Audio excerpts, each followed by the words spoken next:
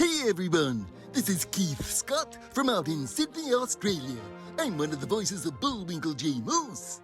It's time to watch Relentless and Unstoppable. And so give it up for your main hosts, Douglas Kenny and Andy McPhee. Hey everybody, this is Doug Kenny and welcome to Relentless and Unstoppable. We have another amazing guest coming on the channel today, so please hit like and subscribe.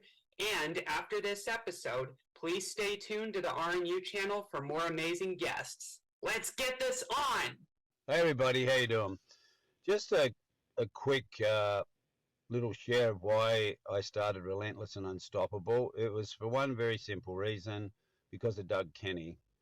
Nothing to do with me at all, zero. I was just coaching Doug, and he took on the coaching and mentoring, and he made all the changes. He took all the suggestions from his parents as well as my coaching, but it was all about Doug, his breakthrough and his weight loss, his willingness to accept that he is dealing with high functioning autism and other issues, but he's never quit, he's never given up. So we did one interview with him to share his story, and then we decided to start interviewing other people, and Doug has now taken over the whole channel, and he does all the interviews, he runs everything. He's just an amazing young man. So RNU was born from simply what an amazing young man Doug is, and his story needed to be shared.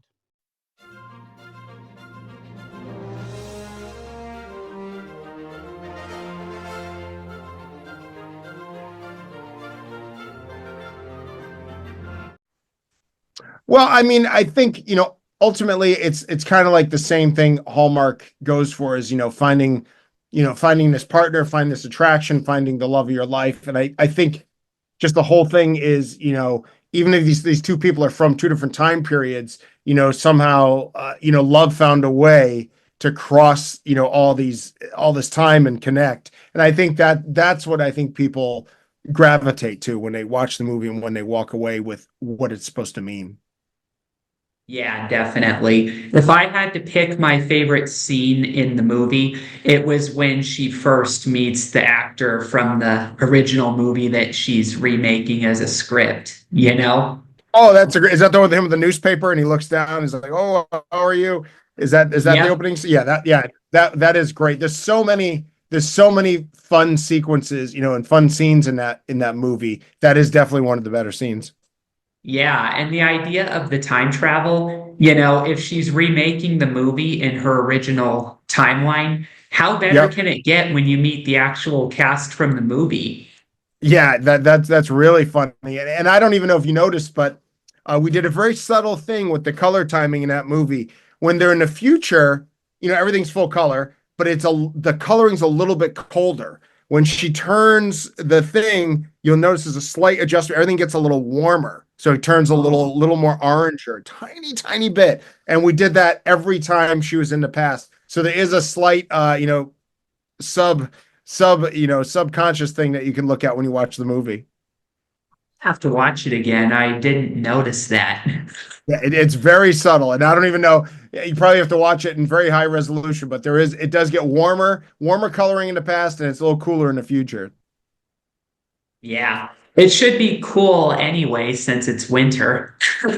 Yeah, definitely. Yeah. So there was romance in the story, I believe, wasn't there?